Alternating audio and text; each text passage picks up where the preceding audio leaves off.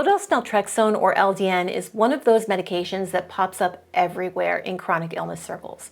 Neuropathy, fibromyalgia, autoimmune disease, long COVID, chronic pain, and depending on who you ask, it's either this hidden gem that changed someone's life, or it's wildly overhyped and does absolutely nothing. So today, I want to talk about what LDN actually is, why so many people with neuropathy are interested in it, and some things I genuinely think you should know before starting it, because there's a lot of excitement around this medication and there's also a lot of confusion, unrealistic expectations, and honestly, a fair amount of internet nonsense too. All right, so first let's talk about what LDN actually is. Now, naltrexone itself has been around for decades and was originally used at much higher doses to help treat opioid and alcohol dependence. At those higher doses, it blocks something called opioid receptors. And to understand why that matters, let's briefly talk about what those are, because this part is actually pretty fascinating. So opioid receptors are basically little docking stations found throughout the body, the brain, in the spinal cord, in the gut, nervous system, and they help regulate pain, stress, reward, mood, and even some immune signaling. One of the big ones is called the mu opioid receptor, with MU. And this is the receptor that most people think about when we're talking about pain relief. You can think of it like a parking spot. Opioid medications like morphine, oxycodone, fentanyl, and even some of your body's own natural endorphins will park themselves there and activate that receptor, which then helps reduce pain and creates an analgesic effect. Now, when naltrexone is on board, it temporarily blocks that parking spot. And it basically sits there and says, sorry, spot's taken, go park somewhere else. You know, kind of like the crowded Home Goods parking lot on a Saturday morning. So at high doses, that's exactly what it's designed to do. But at low doses, researchers think something more interesting may be happening. One theory is that this temporary blockade may trigger the body to rebound afterward by increasing its own natural endorphin production. And then another theory involves something called microglial cells, which are inflammatory immune cells in the nervous system that may contribute to chronic pain and neuroinflammation. So this may not be just about blocking receptors. It may be affecting pain signaling, inflammation, immune activity, and nervous system regulation all at the same time, which is part of why people have become so interested in it. And I'll throw in a quick personal side note here. I was on LDN, and the psoriasis that I had had since I was about 3 years old became almost a non-issue. It might pop up here and there, but for the most part, it was dramatically better. But when I stopped the LDN, that psoriasis came back with a vengeance. Now, that's the personal experience of one overly opinionated nurse, not some giant clinical study, but it definitely made me wonder whether there really is something to this inflammatory immune regulation piece. The second thing people absolutely need to understand is something I don't think gets talked about quite enough, and honestly, it's a big one. If you're taking LDN and you suddenly need pain control for anything, a procedure, surgery, dental work, injury, an emergency, this can become a huge issue. Remember that mu opioid receptor we just talked about, that little parking spot? Well, if naltrexone is sitting there blocking it, opioid pain medications may not work the way doctors expect them to. Now, to be fair, low-dose naltrexone does not block receptors the same way high-dose naltrexone does. And timing matters here. It's not as simple as saying pain meds will never work, but it absolutely can affect pain control. And people need to understand that. And I personally learned that firsthand during my own cardiac catheterization.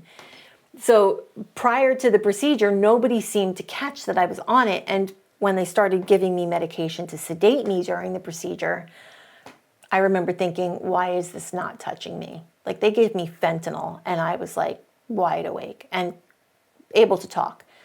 why am I still awake? And if you've ever had a cardiac cath, you know that these procedures are done with relatively moderate sedation, which means you're already awake enough for things to feel weird, and then adding surprise, your pain meds aren't working the way we thought, is not exactly my idea of a fun afternoon, Not at all.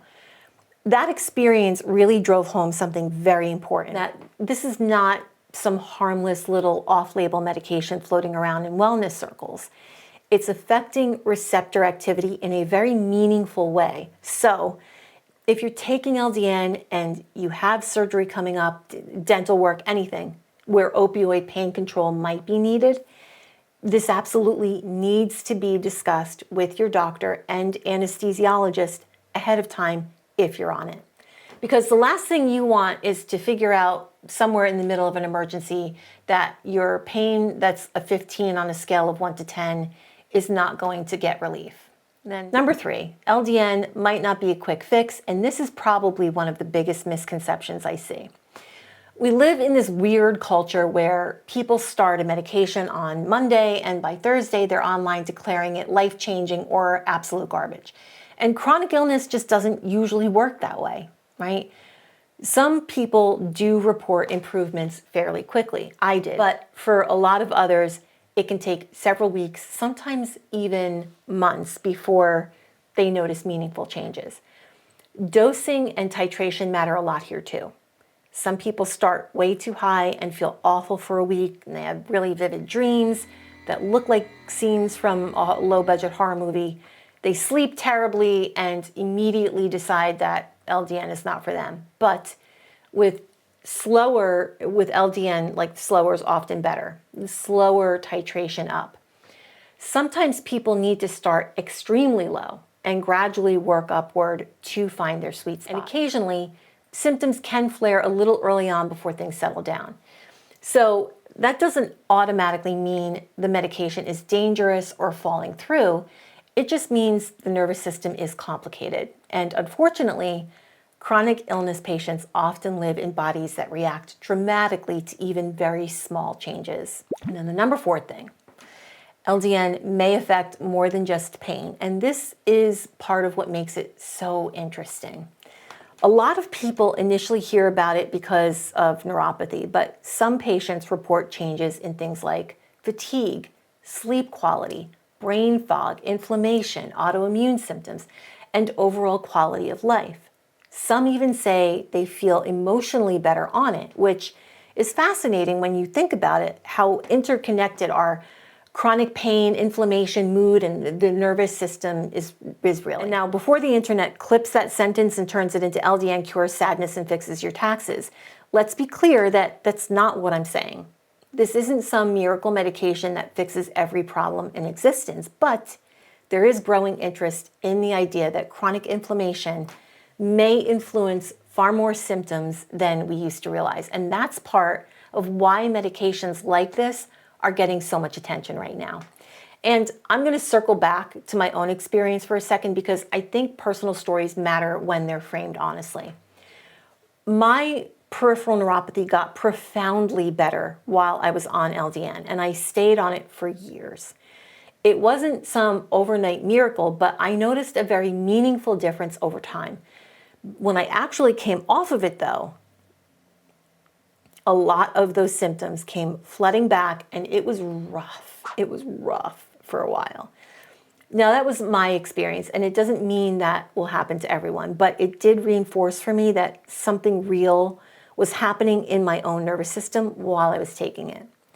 And then 5th, LDN is not automatically side effect free just because it's low dose. And this is another place where people can get really tripped up.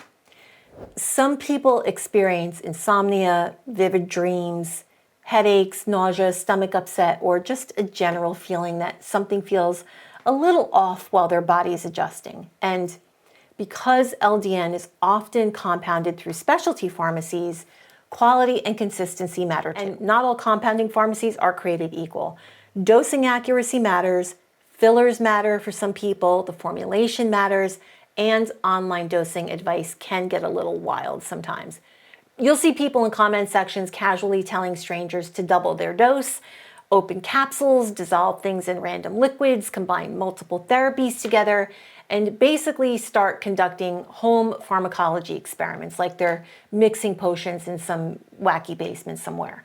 I mean, I get it. Chronic illness patients are often desperate to feel better, and I completely understand that. But it's still important to approach these medications thoughtfully, carefully, and with some actual medical guidance in the mix.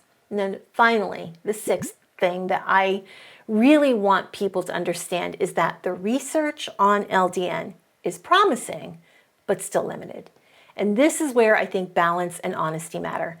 The internet tends to do this thing where a medication is either declared a miracle cure that everyone should be on, or it gets dismissed as complete nonsense.